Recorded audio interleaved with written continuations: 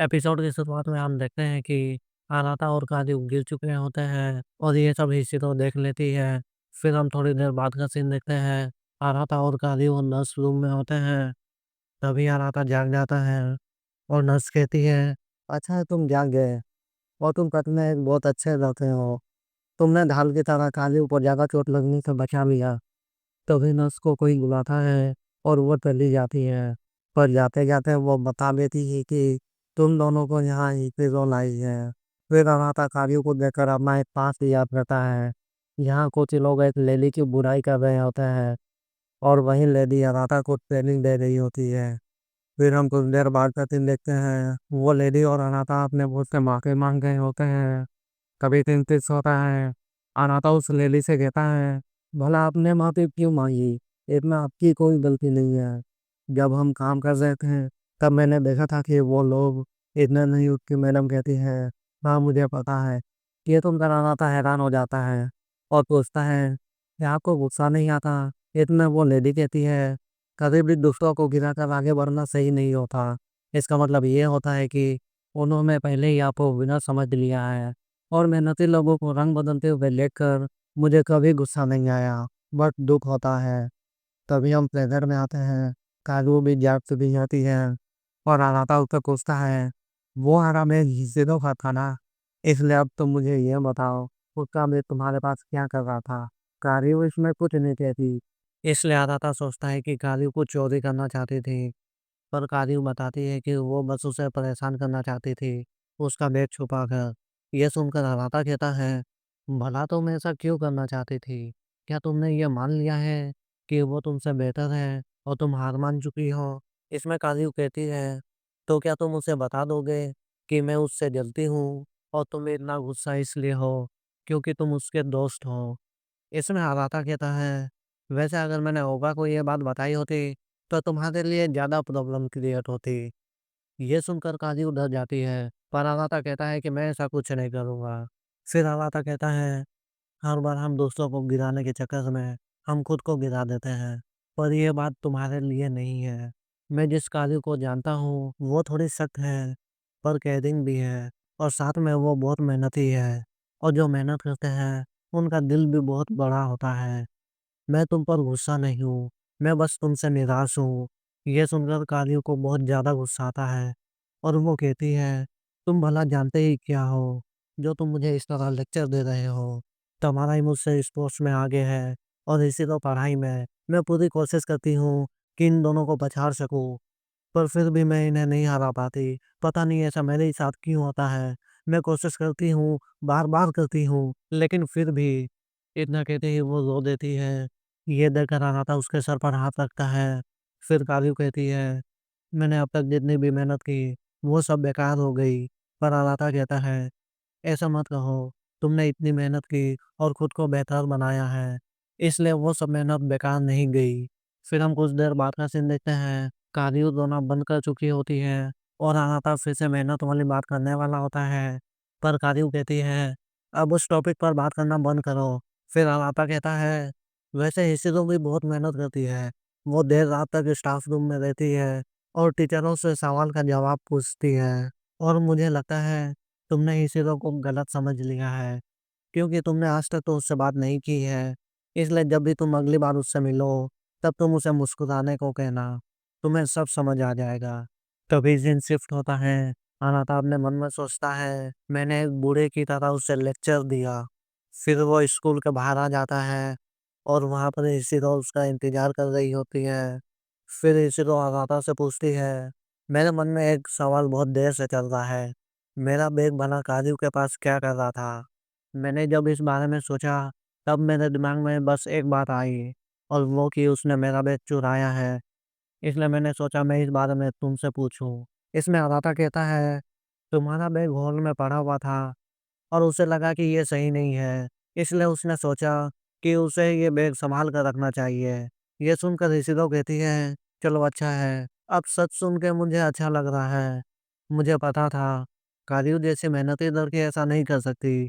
मुझे खुद पर शर्म आनी चाहिए। यह सुनकर अनाता को जियो की एक बात याद आती है। उसने कहा था कि क्या तुम उसके रास्ते से सारे कांटे हटाना चाहते हो? क्या ये उसके लिए सही होगा? इसलिए फिर वो कहता है, मुझे माफ़ कर दो, मैंने झूठ कहा था।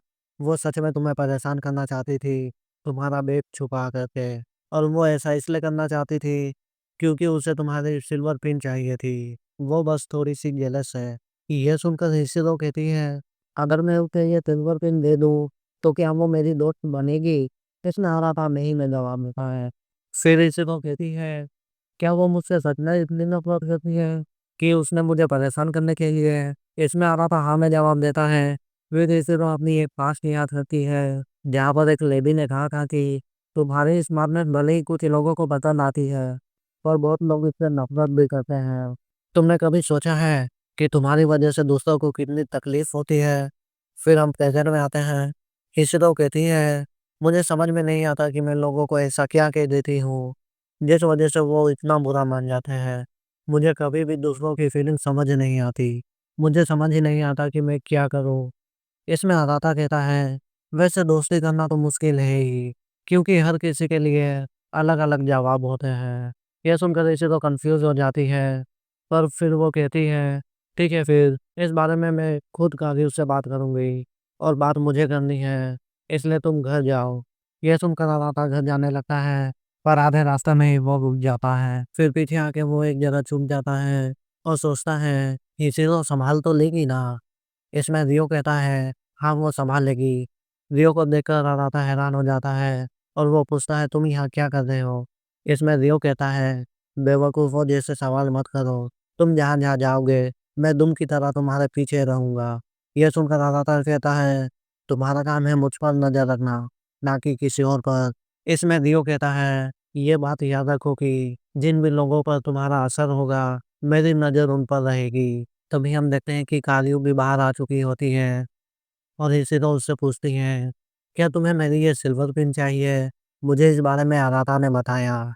ये सुनकर काली गुस्सा हो जाती है और अराता सोचता है, ये मुझे आज मरवा के रहेगी। फिर इशिरो कहती है, क्या तुम मुझसे नफरत करती हो? आज मैं वो वजह जानना चाहती हूँ, जिस वजह से तुम मुझसे दोस्ती नहीं करना चाहती। इसमें काली पहले तो कहती है ऐसा नहीं है, पर फिर उसे अराता की बात याद आती है।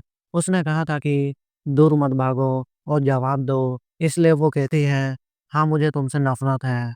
मैंने इतनी मेहनत की, फिर भी मैं तुम्हें नहीं हरा पाई। मेरे पास जो कुछ भी था, वो तुमने छीन लिया। तुम वहाँ खड़ी हो, जहाँ मैं खड़ा होना चाहती थी। और जब से तुमने सब कुछ हासिल किया है, तब से तुम मेरा मज़ाक उड़ा रही हो। इसमें इशिरो कहती है, पर मैंने तुम्हारा मज़ाक नहीं उड़ाया। इसमें काज़ू कहती है, झूठ मत बोलो, जब-जब हम मिलते हैं, तब-तब तुम मेरा मज़ाक उड़ाती हो। इसमें इशिरो सोचने लगती है कि उसके पास भला ऐसी क्या वजह है, जिस वजह से वो काज़ू का मज़ाक उड़ाएगी। उसे ऐसे कन्फ्यूज़ देखकर काज़ू को अराता की एक बात याद आती है, इसलिए काज़ू उसे मुस्कुराने को कहती है। इसलिए फिर इशिरो मुस्कुरा कर दिखाती है और काज़ू बहुत ज़्यादा हैरान हो जाती है और वो सोचती है, क्या ये इस डरावनी चीज़ को स्माइल समझती है? इतने वो फिर से इशिरो को मुस्कुराने को कहती है और इशिरो दोबारा मुस्कुरा कर दिखाती है। यह देखकर दादी कहती है, तुम लड़की हो या चुड़ैल?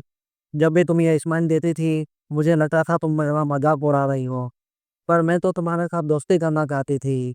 ये सुनकर काजू जोर-जोर से हँसने लगती है और ये देखकर इशिरो कहती है, मैं स्मार्ट हूँ, ब्यूटी विद गर्ल, और इसलिए मुझे दूसरों के ऊपर कोई इंटरेस्ट नहीं है।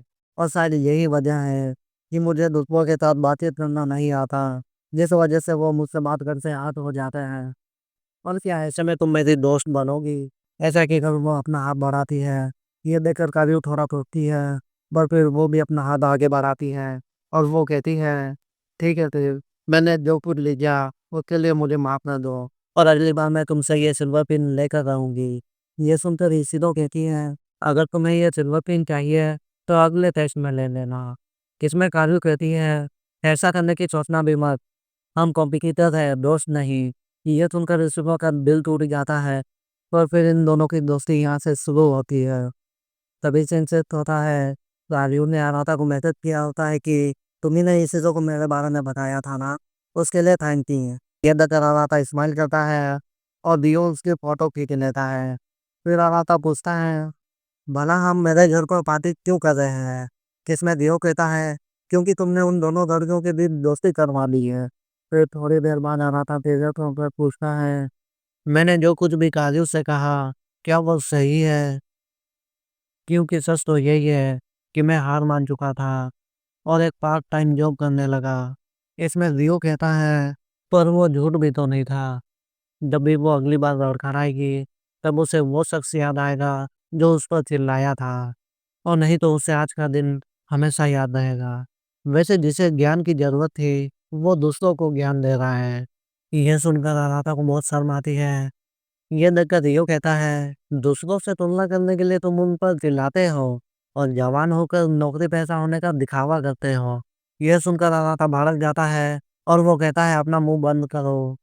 फिर रियो कहता है, वैसे तुम्हें अपनी ये रियलाइज जिंदगी पसंद तो आ रही है ना? कहीं तुम अपना ही एक्स तो भूल नहीं गए? तभी ये एपिसोड खत्म होता है। अगर आपको ये एपिसोड पसंद आया हो, तो लाइक, कमेंट और सब्सक्राइब करना ना भूलें और अगले वीडियो तक के लिए सायोनारा।